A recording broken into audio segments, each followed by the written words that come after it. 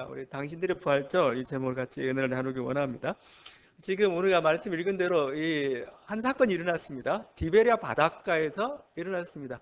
디베리아라는 그 말이 그냥 듣기 좋아요. 그냥 디베리아 바닷가, 갈릴리 호수를 디베리아 바닷가라고 합니다. 그런데 그냥 이렇게 어감은 좋지만 실제 내용을 보면 좀 그렇지는 않아요. 왜냐하면 디베리아라는 갈릴리 호수가 디베리아 바닷가로 불린 이유는 그 인근에 그 로마 황제 티베리우스에게 헌정된 도시가 있습니다. 그러니까 하나의 식민지 상황을 반영하고 있는 거죠. 그 티베리우스 황제에게 헌정된 도시가 있는데 그 도시 때문에 그냥 호수도 그냥 덩달아서 디베리아 호수 이렇게 좀 불리게 되었던 겁니다. 이 갈릴리 호수는 정말 이스라엘의 가장 아름다운 곳입니다. 이스라엘은 중동 지방이고 또 좀 건조한 지방이에요. 사막 지방이고 대부분 뭐 사막 내지 황무지인데 이 갈릴리 호수만은 그 주변이 아름답습니다. 숲으로 우거졌고 또 해저 한 200m 위치하여 있기 때문에 좀 따뜻합니다. 따뜻하고 또 이 물도 요단강을 통해 가지고 이렇게 물을 흘려보내기 때문에 그 짠물이 아닙니다. 그냥 아주 건강하고 싱싱한 물이고 지금 이스라엘 나라가 모든 수돗물을 바로 갈릴리 호수에서 끌어다 쓰고 있습니다. 우리 뭐 그 교과서에서 많이 배웠던 막그 이스라엘 땅 그 사막을 옥토로 만드는데 그 모든 물들도 전부 이렇게 갈릴리 호수물을 가지고 이렇게 갖다가 쓰고 있습니다. 아름다운 곳이죠. 근데 이 아름다운 곳에서 또 하나의 아름다운 사건이 또 일어나고 있습니다. 베드로를 비롯한 그 7명의 제자들이 이 예루살렘을 떠나가지고 예루살렘은 막 그 도시지만 음모, 권력, 피비린내가 진동하던 곳이죠. 이제 자기 살던 고향으로 돌아갔어요. 갈릴리 땅으로 돌아왔습니다. 본래 그들은 어부였죠. 어부였으니까 원래 하던 일을 쫓아가지고 밤새도록 그물질을 한 겁니다. 그런데 그들의 손에는 아무것도 건진 게 없습니다. 배도 텅 비어 있습니다. 밤새도록 수고했지만 좀 헛수고를 한 거죠. 그때 예수님께서 나타나셨습니다. 나타나셔가지고 너 고기 잡은 게 있느냐? 없다고 하니까 그러면 오른편에 그물을 던지라라고 말씀하시죠. 그 말씀을 듣고 순종했더니 153마리나 되는 많은 큰 고기들을 잡게 되었다. 이게 오늘 말씀이 전하고 있는 에피소드의 전말입니다. 다시금 예수님의 능력을 보여준 하나의 놀라운 기적이라고 할 수 있을 것입니다. 그런데 좀 이상하죠? 뭐가 이상합니까? 이런 일이 예수님 공생의 기간에 일어났다면 얼마나 우리는 뭐 물론 공생의 기간에 일어났습니다. 처음 베드로가 주님으로부터 부름을 받을 때 역시 그 그물질을 하다가 밤새도록 그물질을 했는데 아무것도 잡은 게 없습니다. 그때 예수님이 깊은 데 가서 그물을 내려라 하니까 그 말씀 순종했더니 정말 그물이 찢어질 정도 많은 고기를 잡게 되었다. 자신의 연약함을 깨닫고 이제 베드로가 제자로서 따라 나섰던 하나의 계기가 됐던 하나의 사건이 있습니다. 우리는 그걸 보면 굉장히 감동을 받기도 하고 그렇습니다. 근데 오늘 말씀은 놀라운 기적은 기적이지만 감동은 좀 덜 돼요. 왜 그러냐면 14절 말씀 때문에 그렇습니다. 이것은 예수께서 죽은 자 가운데서 살아나신 후에 세 번째로 제자들에게 나타나는 것이라 이거죠. 예수님이 부활하신 이후에 일어난 그 사건입니다. 그것도 세 번째 주님의 제자들에게 지금 주님이 나타나신 겁니다. 여러분 부활을 경험해서 뭔가 삶이 좀 달라져야 되는 거 아닙니까? 근데 똑같아요. 거기 뭐 부활 이전이나 이거나 똑같아요. 변하지 않았습니다. 무엇을 해야 할지를 모르고 있죠. 3절에서 전하고 있는 제자들의 모습은 굉장히 어떻게 보면 우리가 당황스럽습니다. 시몬 베드로 이렇게 먼저 얘기하죠. 나는 물고기나 잡으러 가겠다. 그러니까 다른 제자들도 우리도 함께 하겠다. 이건 어떤 모습으로 보입니까? 근데 우르르 따라가는데 마치 할 일이 없어가지고 뭐하지 하다가 에이 고기나 잡으러 가자 하니까 그래 우리도 같이 가자 따라 나서는 모습이죠. 마치 무슨 일을 해야 될지 비전이 없는 사람의 모습으로 나타나고 있어요.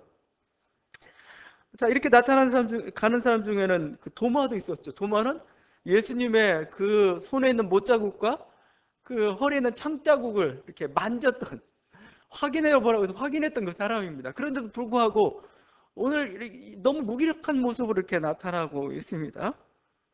주님 분명히 말씀하셨어요. 부활하신 주님께서 제자들에게 이전에 20장에서 아버지께서 나를 보내신 것 같이 나도 너희를 보내노라. 여러분이 부활한 예수를 봤으면 어떻게 되겠습니까? 예수님 부활하셨다 이거죠. 우리들에게 너희들 핍박하고 너희들이 거짓이라고 했던 그 예수님 진짜 메시아였다. 예수님 부활 이렇게 외치고 다녀야 될 거 아닙니까? 근데 이들은 전혀 무기력한 모습을 보여주고 있어요. 물론 밥벌이 하러 밥벌이 하러 이렇게 물고기 잡으러 갈 수 있었겠다 우리가 생각할 수 있겠지만, 그런데 이 3절의 이 말씀은 좀 더 무기력하죠. 그날 밤에 아무것도 잡지 못하였더라. 아무것도. 비전도 없고 무능력한 그런 모습은 부활 이전과 부활 이후 우리가 뭔 차이가 있냐 이거예요 지금. 이게 지금 우리들이 이 21장에 디베랴 바닷가에서 일어나는 그 아름다운 사건을 보면서도 뭔가 좀 이상하다, 석연치 않다, 자꾸 이런 느낌을 갖게 되는 그 이유 중에 하나라고 저는 생각을 합니다. 자, 그러면 제자들이 그러면 이렇게 처음부터 이렇게 부활절 이후에도 이렇게 끝까지 무기력한 삶을 살았느냐? 그러진 않았어요. 요한복음 21장 바로 이어지는 게 사도행전이죠. 사도행전 보게 되면 제자들 얼마나 능력 있는 삶들을 살았는지 모릅니다. 어떤 고난이나 죽음이나 반대를 무릅쓰고 부활의 예수를 전했죠. 그들을 통해서 3,000명, 5,000명이 회개를 했습니다. 안진뱅이를 일으키고 죽은 자를 살리는 그 능력의 사람들이 되었던 거죠. 자, 그러면 지금 도대체 지금 이 디베랴 바닷가에서 어떤 사건이 일어났냐 이겁니다. 이 사건이 우리들에게 주는 교훈이 우리들에게 뭐냐 이겁니다. 저는 단순히 이게 주님의 놀라운 어떤 기적을 보여준, 이미 주님은 기적을 많이 보여주셨어요. 근데 부활절 이후에 보여준 이 기적은 우리들에게 무엇을 가르쳐 주느냐 이거죠. 오늘 어떻게 보면 요한이 우리들에게 전해주고 하는 말씀의 핵심이 바로 여기 있다고 저는 생각을 합니다. 예수님 정말 부활하셨습니다. 분명히 돌아가셨던 분이 다시 살아나셨어요. 제자들은 그 빈 무덤을 확인했습니다. 막달라 마리아에게도 나타났고 또 문들을 다 꽁꽁 닫아놨는데도 불구하고 예수님이 제자들 가운데 나타나셨어요. 그리고 보마에게는 부활의 몸을 직접 확인시키셨습니다. 자, 그런데 그게 다가 아니라는 겁니다. 예수님은 부활하셨습니다. 그건 객관적인 사실입니다. 그런데 중요한 건 뭐예요? 우리의 신앙입니다. 신앙. 정말 예수님이 부활하셨다는 그 사건을 나의 신앙으로서, 부활 신앙으로서 받아들이느냐 이겁니다. 이게 바로 어떻게 보면 그 예수님의 부활은 그냥 밖에 있는 사건이에요. 근데 정말 이 부활 사건을 통해 가지고 정말 새 시대가 지금 열리고 있다는, 여러분 요한복음을 보게 되면 요한복음은 굉장히 영적인 복음서입니다. 야, 이 세상에 떡은 아무것도 상관없고 영생의 떡을 먹어라. 물은 먹어봤자 곧 목마른다. 영생토록 솟아나는 샘물을 마셔라 하면서 요한복음은 굉장히 영적인 것을 강조합니다. 그런데 부활 사건에 당하여서는 요한복음은 굉장히 육적인 것을 강조합니다. 오늘 말씀 보시면 아시겠죠? 예수님이 어떻게 합니까? 물고기와 떡을 구워놓고 먹으라고 합니다. 예수도 한번 먹었을 겁니다. 도마한테는 직접 자기의 몸을 보여줍니다. 자, 이게 사건은 뭡니까? 하나의 어떤 그 죽었던 자가 다시 육체의 몸을 입고 다시 살아나는 모습을 통해 가지고 지금 뭐죠? 새 시대가 지금 열렸다 이겁니다. 새 시대. 어둠이 지배하던 그 시대가 이제 사라져가고 뭐죠? 그렇게 성경에서 예언하고 또 하나님께서 예고하셨던 그 부활의 새 생명의 시대가 지금 이제 시작이 되었다는 것을 예수님이 보여준 거죠. 그래서 민감하게 포착한 사람, 그게 바로 예수님에게서뿐만 아니고 바로 우리들에게서 일어날 사건이라는 것을 민감하게 깨닫는 자들, 그것을 인정하는 자들, 이게 부활신앙이죠. 그들에게서 진정한 능력이 나타나는 거지, 그렇지 않으면은 예수님 아무리 부활했다고 객관적으로 우리가 얘기해도 그건 아무 소용이 없는 그런 사건이라는 겁니다. 어떻게 보면 디베랴 바닷가에서의 있는 제자들의 모습은 바로 현대교회의 모습을 보여주기도 합니다. 현대교회는 예수님 부활하셨다고 오늘 또 부활절 막 설교회가 전부 예수님 부활하셨던 과학적 사실입니다라고 이렇게 얘기를 할 겁니다. 자, 그런데 부활의 능력은 있냐 이거예요. 정말 부활은, 예수님의 부활을 인정을 하는데 교회가 지금도 제대로 된 비전과 생명을 가지고 있느냐 이겁니다. 교회가 뭐예요? 그냥 이렇게 막 밤새도록 헛수고하게 되는 그런 무능력한 공동체로서 살고 있다면은 지금 디베랴 바닷가에 있는 제자들의 모습과 다를 게 없다 이겁니다. 우리 인생도 마찬가지입니다. 예수님 부활하셨으니 우리 믿습니다. 인정합니다. 그런데 그걸 정말 부활신앙으로서 자신의 것으로 받아들이지 않는다면은 그건 뭐예요? 그냥 밖에 있는 그냥 당신들의 부활절일 뿐입니다. 나의 부활절은 되지 않을 거고, 그렇기 때문에 내 인생 속에서 능력이 나타나지 않는다는 겁니다. 우리 주님을 통해서 지금 어둠이 지배가 아니고 지금 새로운 어떤 그 부활의 생명이 지배하는 그 새 시대가 시작되었다는 것을 민감하게 깨닫고, 거기에 그런 어떤 그 하나님의 놀라운 그 역사에 대해서 자기가 온전한 그 깨닫고 신앙 고백하지 않는다면은 우리들의 삶이라는 것은 예수님 부활하기 이전이나 이후나 아무런 상관이 없다는 거죠. 굉장히 어떻게 보면 저는 주체적인 게 필요해요. 주체적인. 객관적인 뭐 그런 거 필요 없어요. 내가 정말 느껴야 될 거 아닙니까? 내가 예수님만 부활한 게 아니고 나도 부활할 것을 내가 확신을 가져야 될 거 아닙니까? 그래야 내 삶의 변화가 일어나는 거고 거기서 능력이 나타나는 거지.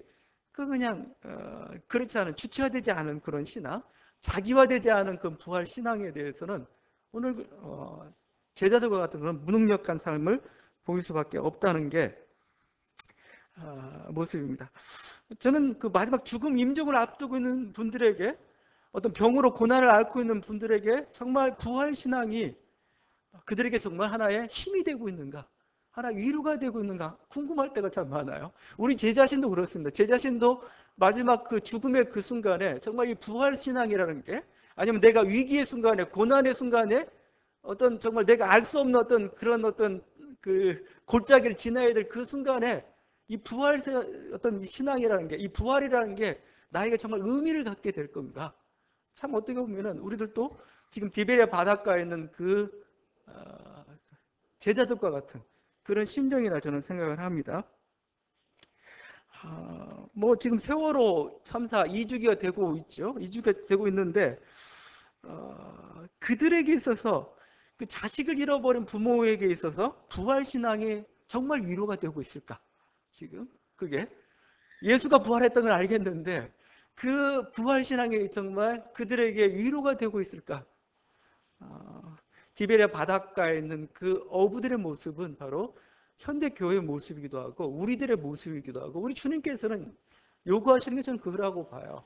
너 나의 부활에 그치지 말고 너의 부활, 우리 모두의 부활, 그런 부활 신앙으로 너희가 진정으로 무장하고 너희가 진정한 그 부활 신앙 이르기를 주님께서는 원하고 계시다.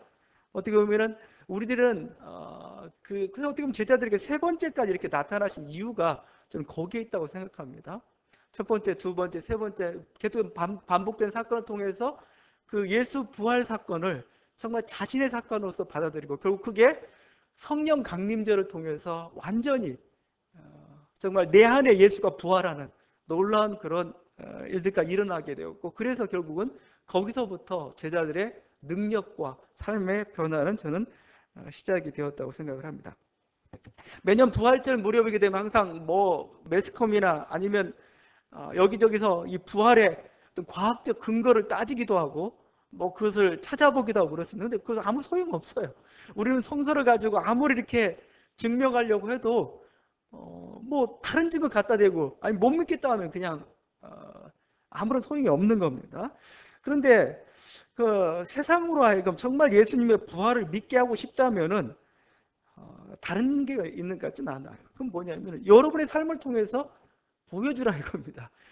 어떤 과학적 증거가 아니고, 세상은 예수의 부활을 과학적 증거를 통해서 확인하는 게 아니고 여러분의 얼굴에서 확인해 보길 원합니다. 여러분이 정말 죽음 앞에서 정말 담대한 삶을 살고 있는가 이거죠.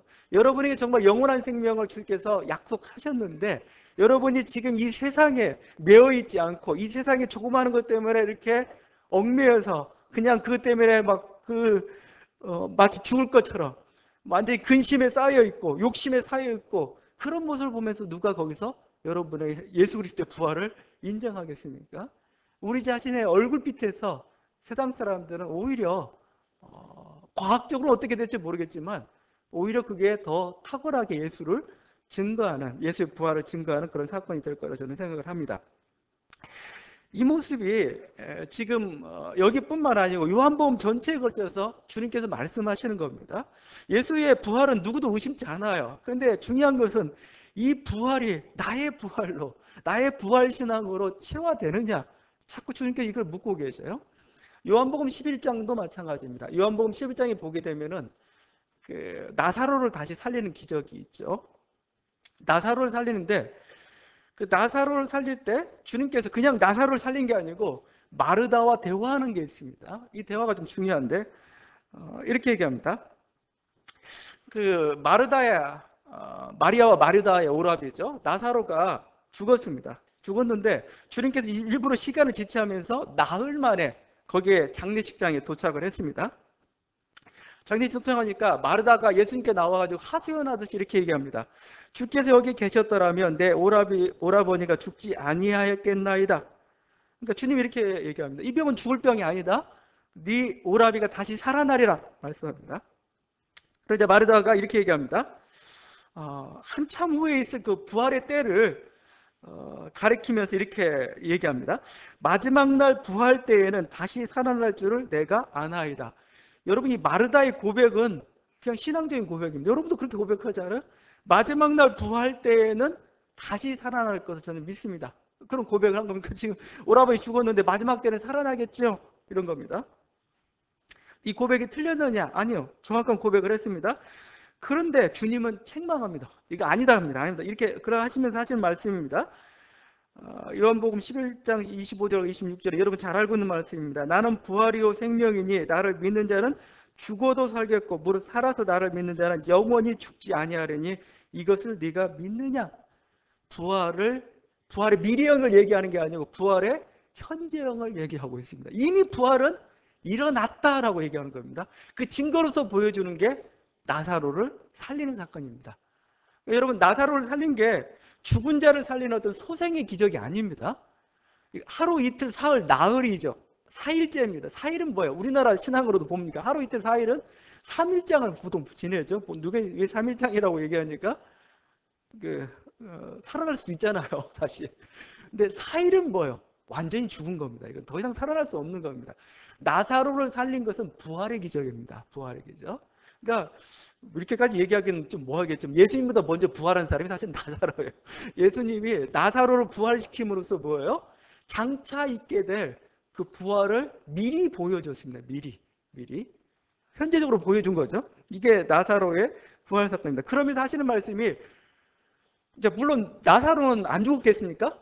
또 죽었죠. 나사로는 좀 몇 년 더 살다가 죽었을 겁니다. 자, 그게 중요한 게 아니고 지금 우리 주님께서 하시는 말씀입니다. 나는 부활의 생명이 나를 믿는 자는 죽어도 살겠고 무릇 살아서 나를 믿는 자는 영원히 죽지 아니하요. 부활의 현재입니다. 현재. 전 이렇게 표현하고 지금 막 어둠이 지배하고 있는 사망의 어둠이 지배하고 있는데 먼 곳에서 태양이 뜨기 시작했습니다. 부활의 생명의 태양이 뜨기 시작했습니다. 그래서 부활의 빛이 막 비치기 시작한 겁니다. 자, 태양은 저 멀리 있지만 그 빛이 막 비치기 시작해서 어둠이 막 사라지고 있습니다. 어둠이 물러가고 있습니다. 여러분, 바로 그것입니다. 바로 부활은 미래에 있을 사건이지만 그 미래에 있을 사건 속에서 미래를 기다리면서 절망하고 낭망하고 그러지 말라 이겁니다. 미래에 있을 확실한 사건이기 때문에 이미 예수 그리스도를 통해서 이미 이 어둠의 균열이 생기고 이제 새로운 부활의 빛이 비치기 시작하였으니 너희가 이 세상을 살아가면서 현재적인 삶 속에서 더 이상 죽음에 지지 않고 부활의 생명의 기쁨과 감사와 충만함 가운데 살아가라 이 말씀인 겁니다. 사도 바울의 위대한 고백을 들어보십시오. 사망아 너의 승리가 어디 있느냐? 사망아 내가 쏘는 것이 어디 있느냐 이거죠. 이건 죽음아 네가 어디 있느냐? 죽음에 나를 위협하는 그게 어디 있느냐? 독소가 어디 있느냐? 인간의 입에서 이런 고백을 하고 있습니다. 왜? 그가 가지고 있던 부활신앙. 사도 바울이 죽지 않습니까? 죽습니다. 죽지만 장차 오게 될 그 부활의 그게 너무나 확실하기 때문에 그 빛이 너무나 밝기 때문에 그냥 안 죽는다고 얘기하는 거고 주님도 죽지 않는다라고 말씀하고 있는 거. 잠깐 그냥 자는 거죠. 잠깐 자다가 주님의 때가 되면 주께서 우리를 부활시키셨습니다. 그런데 마냥 우리는 미래만 바라보며 그런 사는 존재들이 아니고 바로 이 현재 속에서 그 부활 생명의 기쁨과 감사와 그 능력 가운데 충만한 가운데 살아가라 이렇게 말씀하고 있는 것이죠. 지금 예수의 부활을 목격했던 그 제자들 7명의 제자들에게 주님께서 요구하셨던 것이 바로 그거였고, 그들이 정말 그런 어떤 그 부활 생명의 능력들을 또 부활 신앙을 온전히 갖게 되었을 때 그들의 삶으로부터 정말 뭐요? 꽃이 피고 감사가 피고 능력이 나타나기 시작했던 것이었던 거죠. 이게 주님께서 우리들에게 원하고 계신 하나의 그 부활 신앙의 모습이다라고 합니다. 어떻게 보면 우리들이 살고 있는 이 시대가 다른 어느 시대보다 고대나 중세나 그 시대보다 더 죽음의 힘이 더 압도적으로 작용하고 있는 그 시대 같아요.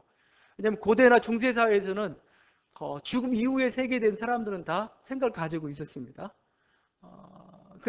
그리고 또 인생이라는 게 굉장히 짧았어요. 뭐 평균 수명이 40이 안 됐으니까요. 여러분 벌써 돌아가셨을 나이인데 지금 살고 있어요. 그러니까 그들에게 있어서는 죽음이라는 게 가까이 있었어요.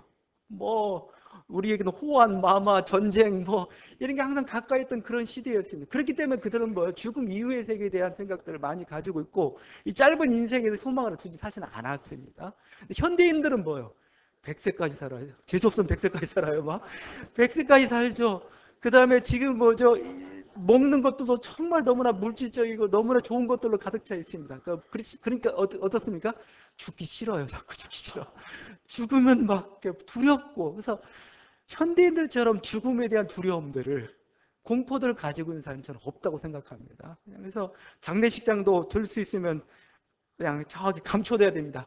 다 옛날에는 우리 손으로 어떻게 보면은 그 자기 부모의 아니면 자기 가까운 자들의 저희들도 그래서 신학교 때 목사들도 이렇게 뭘 배우냐면 염하는 걸 배웠어요.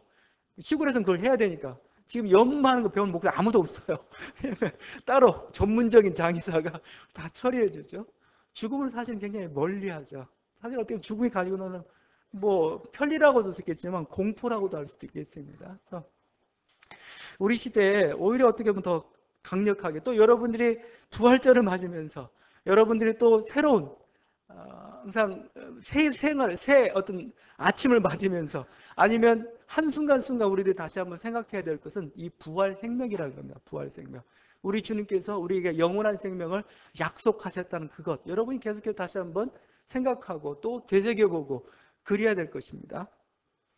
우리 주님께서는 제자들에게 그런 걸 요구하셨고 그러할 때 우리의 삶 가운데 무능력하고 또 비전도 없는 그런 인생이 아니라 참다운 비전을 갖는 그런 인생들을 살게 될 거라고 말씀하고 있습니다.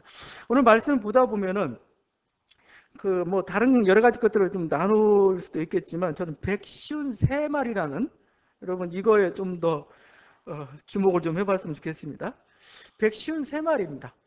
이렇게 베드로가 하여튼 뭐 어떤 상황에서 하여튼 주님께서 말씀하신 대로 거기에 순종했더니 물고기가 153마리나 이렇게 잡히게 되었습니다.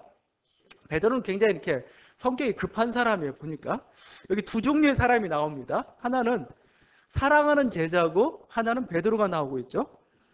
주님이 이제 그 말씀대로 하니까 고기가 굉장히 많이 잡혔습니다. 잡혔는데 그걸 제일 먼저 알아본 사람이 누굽니까? 사랑하시는 제자가 제일 먼저 알아봤습니다. 우리가 보통 애제자라는 표현을 쓰고 7절이죠. 예수의 사랑하시는 그 제자가 베드로에게 이르되 주님이시라니 시몬 베드로가 벗고 있다가 주님이라는 말을 듣고 겉옷을 두른 후에 바다로 뛰어내리더라. 이렇게 되어 있죠. 사랑하시는 제자, 이게 애제자입니다. 보통 우리가 요한복음에서 주님이 사랑하셨던 제자라고 표현을 쓰고 있습니다. 누구겠습니까? 보통 요한이라고 표현하는데 요한은 자기 이름을 얘기하지 않아요. 여러분 요한복음 한번 쭉 읽어보십시오. 요한은 자기 이름을 얘기하지 않고 뭐라고 표현하냐면은 항상 사랑하셨던 제자, 사랑하시던 제자.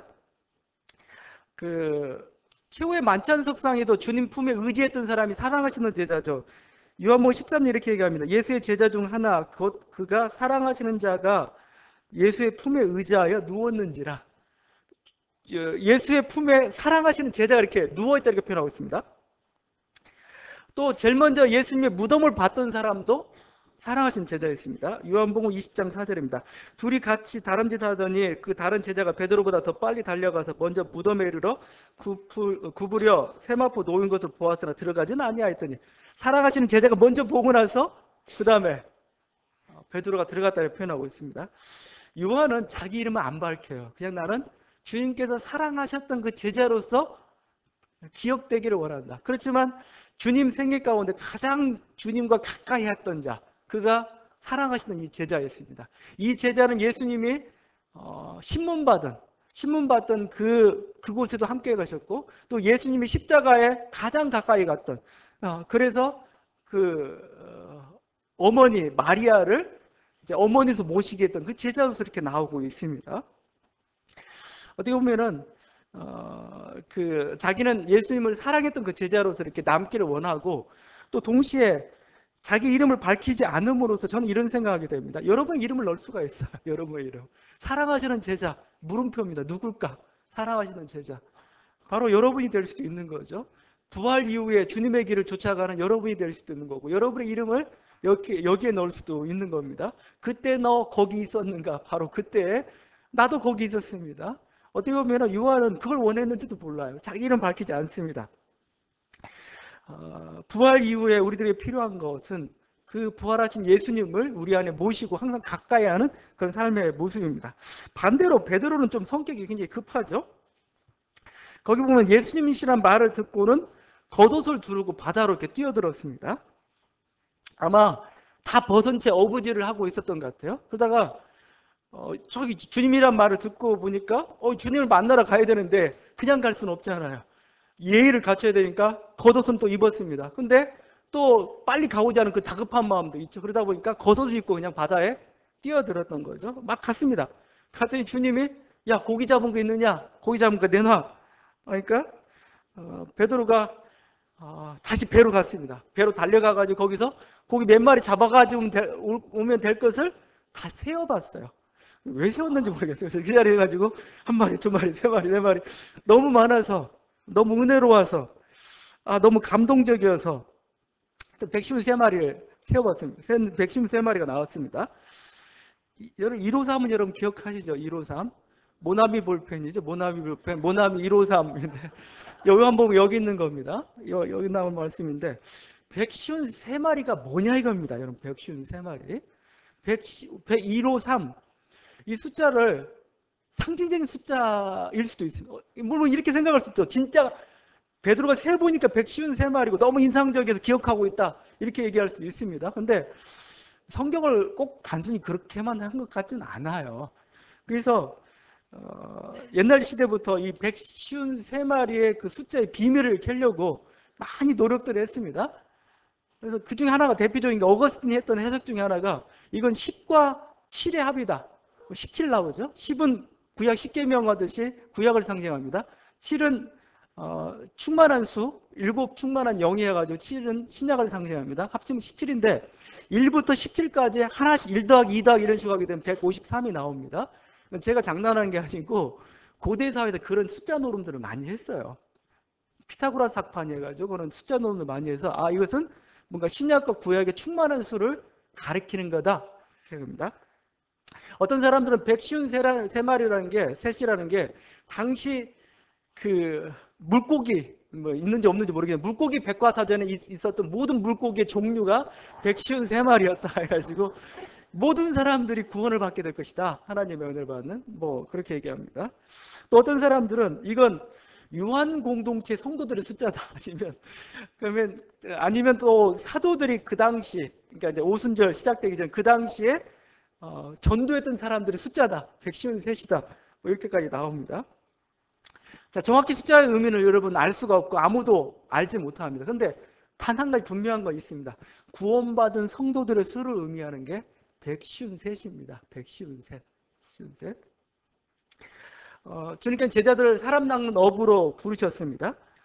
이제 그들이 부활한 예수님을 만난 이후에 진짜 그물질을 하기 시작했고 진짜 어부질을 하기 시작했고 결국 사람을 낳기 시작했습니다. 153마리의 큰 물고기, 이건 정말 엄청난 물고기일 수도 있고 정말 이 하나하나가 소중한 하나의 그런 물고기를 개체를 가리킬 수도 있고 그렇습니다.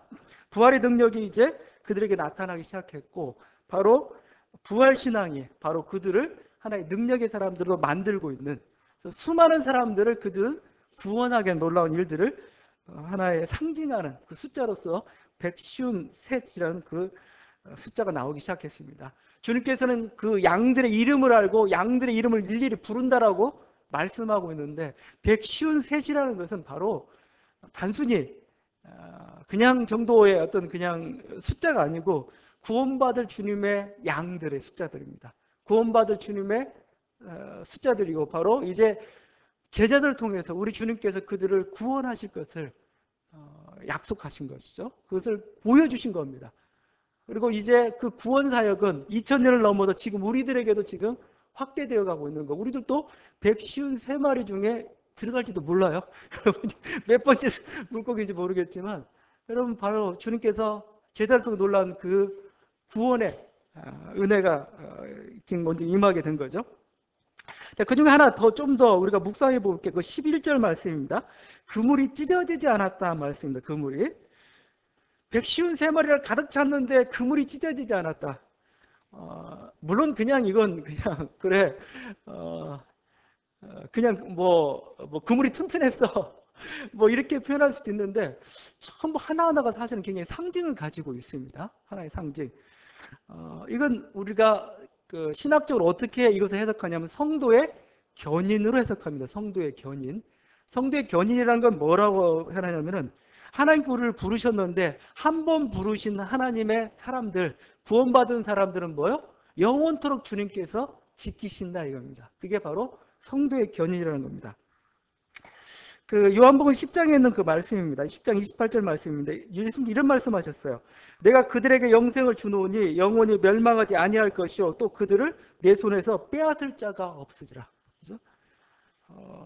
내가 그들에게 영생을 주 영원히 멸망하지 아니할 그들을 내 손에서 빼앗을 자가 없다. 하나님께서 정하신 사람은 아무도 빼앗을 수가 없다. 요한복음 10장 28절에 나와 있는 말씀이죠. 그물이 찢어지지 않았다는 건 뭐예요? 하나님께서 정한 구원의 사람들, 하나님께서 약속했던 그 구원의 사람들은 뭐예요? 그 그물에 갇힌 이상 더 이상 뭐예요? 벗어나지 않는다 이겁니다.